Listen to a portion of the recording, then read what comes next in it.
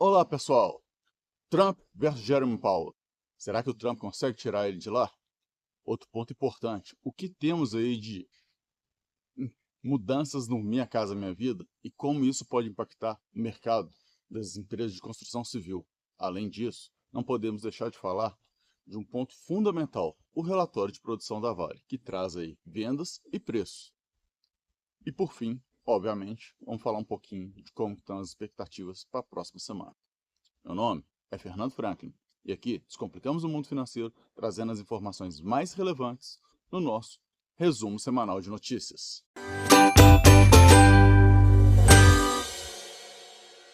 Então, pessoal, como podem ver, né, a gente está aí no meio do feriado, acabei gravando no sábado, estou um pouco mais tarde, estou trazendo de um lugar um pouco diferente, então me desculpe qualquer barulho que a gente tiver, mas o importante é que a gente trazer as notícias que podem ser mais relevantes aí pra gente. Inclusive, se vocês estiverem escutando um barulho de pomba aí, tem uma pancada aqui, depois eu posso até mostrar, que está realmente dando aquele zoom interessante pra gente, tá? Mas vamos lá. Fed versus Trump.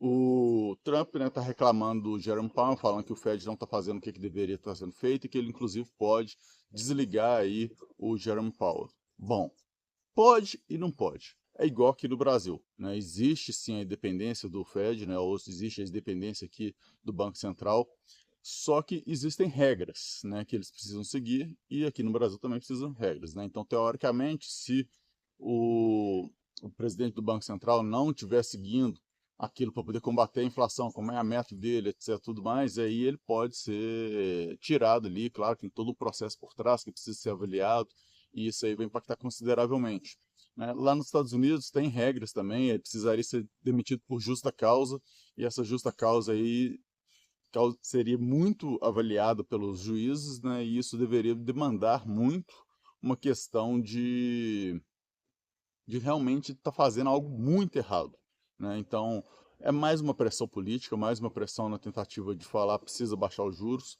assim como o Lula fez aqui com o Roberto Campos Neto, né? E agora tem essas mudanças, né? E isso é algo que a gente precisa entender como jogo político, não como jogo de mercado, tá? Então é importante a gente levar isso em consideração.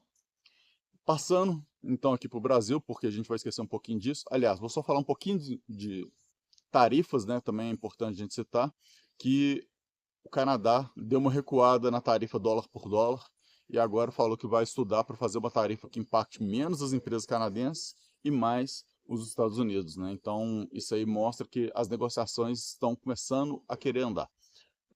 Vai ser um jogo de empurra-empurra para todos os lados, vai ficar muito difícil da gente determinar qual que vai ser efetivamente o final dessa história, mas a gente só sabe que ela ainda demora um pouco e é uma briga que a gente sabe que acontece com o Trump, aconteceu no passado, vai acontecer de novo e ele sempre vai usar isso da forma dele trabalhar. Certo ou errado é a forma dele, a gente tem que entender essa parte.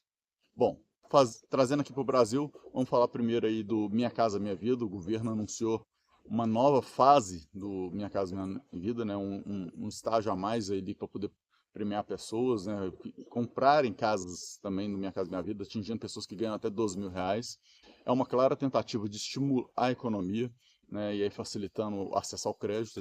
Eu já bati muito nessa tecla que eu não acho que o acesso ao crédito é a melhor forma, porque isso está antecipando o PIB e aí no final das contas você vai ter um grande problema lá na frente, né? Então, mais uma tentativa nesse sentido de tentar salvar aí o PIB para esse ano, que tem perspectivas menores do que os crescimentos dos anos anteriores, e isso é um grande problema, né? Então a gente tem que analisar. Mas, por outro lado, a gente tem o lado positivo disso, o lado positivo para quem ganha até R$ 12.000 e quer comprar uma casa de até 500 mil, né? Então tem aí taxas menores, e também é um lado positivo para as construtoras que conseguem vender com mais facilidade, né? Então, no curto prazo, isso é um lado positivo que a gente tem que sim levar em conta.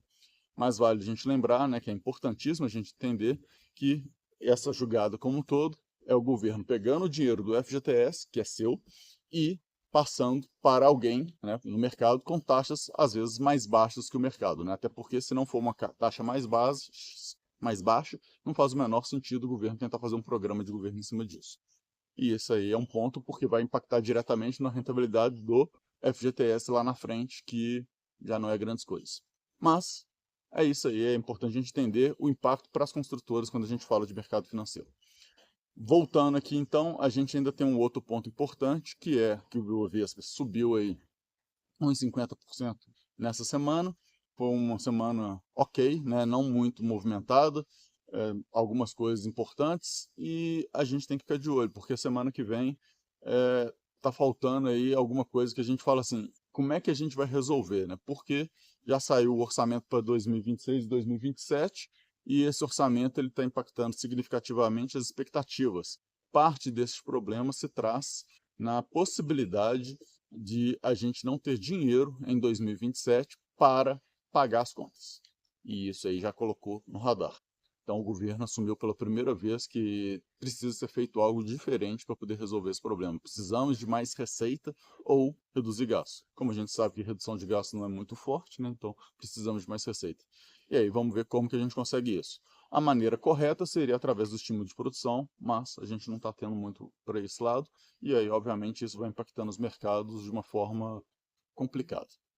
Voltando então agora para relatório de produção da Vale, é o relatório de produção e vendas da Vale. Esse relatório traz algumas informações importantes da gente analisar. Primeiro, ele faz o comparativo com 2024, primeiro trimestre de 2024, e com o terceiro trimestre, com o quarto trimestre de 24, que ele é do primeiro trimestre de 25.